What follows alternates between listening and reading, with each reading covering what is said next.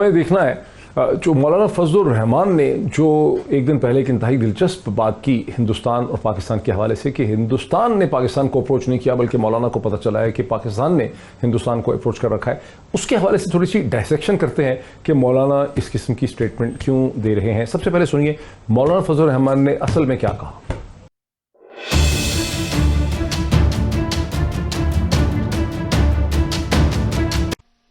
कौन को झूठ बोला जा रहा है कि हिंदुस्तान बात करना चाहता है, नहीं, हम तरले करने की तरफ जा रहे हैं।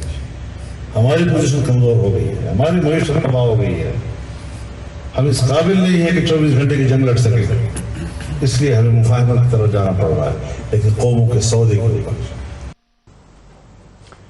मौलाना फजल रहमान की अजीबोगरीब स्टेटमेंट के जवाब में पाकिस्तान के इंफॉर्मेशन मिनिस्टर जनाब फवाद चौधरी साहब की ये एक्सप्लेनेशन सामने आई है। मौलाना साहब को यही गलतफहमी तालिबान के बारे में भी थी जब वो कहते थे कि ये इस्लामाबाद से इतने दूर रह गए हैं, इतने दूर रह गए हैं, और हमने उनका भी बड़ा भरपूर मुकाबला किया। लिहाजा अगर आप इतने मायूस हैं अपने सियासी मुस्तकबिल से तो आप पाकिस्तान के फ़ौज के ऊपर, पाकिस्तान के सिक्योरिटी इदारों के ऊपर और पाकिस्तान की कौम को की जो सलाहियतें हैं उनको आप अंडरमाइन ना करें। आपके जो दोस्त हैं उनका पहले भी बड़ी भरपूर तरीके से उस दहशतगर्दी का मुकाबला किया जो आपके दोस्तों ने पाकिस्तान पे मुसल्लत की। फवाद चौधरी साहब 2009 की उस स्टेटमेंट की तरफ इशारा कर रहे थे जब सवात वैली में जो टीटीपी का तहरीक तालिबान का कब्जा हुआ, उन्होंने कुछ कब्जा किया। उस वक्त मौलाना की जो स्टेटमेंट थी कि तालिबान इस्लामाबाद से 60 किलोमीटर दूर रह गए हैं, ये इंटरनेशनल हेडलाइन बनी थी न्यूयॉर्क टाइम और वाशिंगटन पोस्ट की। लेकिन मिलिटरीली इसका क्या जवाब देते हैं? हमने जनरल एजाज एवान से ये पूछा कि ये क्या हकीकत है, मौलाना जो कह रहे हैं कि पाकिस्तान तो 24 घंटे नहीं लड़ सकता, इस पर क्या कहना है एजाज एवान का? तो मौलाना फजलुर रहमान का ये स्टेटमेंट अगर पूरे उसमें देखें तो एक सियासी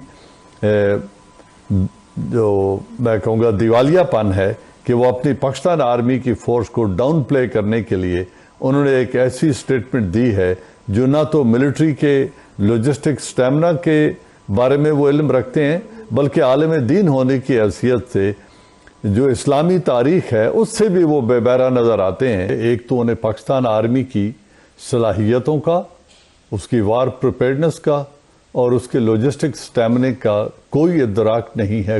रिकॉर्ड के लिए वाज़ेह करना चाहता हूं कि पाकिस्तान आर्मी का हिंदुस्तान के against all out conventional war की सूरत में 45 डेज का वॉर स्टैमिना हम पिछले 12 साल से इसको तैयार रखते हैं और ये हम अचीव कर चुके हैं। ये सलाहियत अगर तमाम तर सैंक्शंस भी खुदा न खास्ता पाकिस्तान पर लग जाएं तो हमें 45 डेज की ऑल आउट कन्वेंशनल वॉर की सूरत में किसी बैरूनी इमदाद की ज़रूरत नहीं है। ये तो था एक लॉजिस्टिकल एनालिसिस के पाकिस्तान की डिफेंस कैपेबिलिटी और कितने दिन की जंग जो है कन्वेंशनल पाकिस्तान लड़ सकता है। लेकिन मौलाना क्यों करते हैं ऐसी पॉलिटिकल स्टेटमेंट्स, इस पे जनरल अमजद शुएब साहब का तबसरा भी खासा दिलचस्प है। मौलाना फजलुर रहमान ने जो स्टेटमेंट दी है वो हमेशा की तरह जैसे वो स्टेटमेंट देते हैं इंतहाई गैर ज़िम्मेदाराना और बिल्कुल इसी तरह जैसे अय्याज सादिक साहब ने एक दफ़ा पार्लियामेंट में जो स्टेटमेंट दी जिसके बाद पूरा मुल्क जो है वो सरापा एहतजाज हुआ, ये तकरीबन उसी तरह की दोस्त के लिबास में दुश्मन वाली स्टेटमेंट है। ये मौलाना पता नहीं दीनी इल्म के बारे में भी उतनी महारत रखते हैं या नहीं, लेकिन ये बाकी चीज़ें तो उनकी फील्ड नहीं हैं।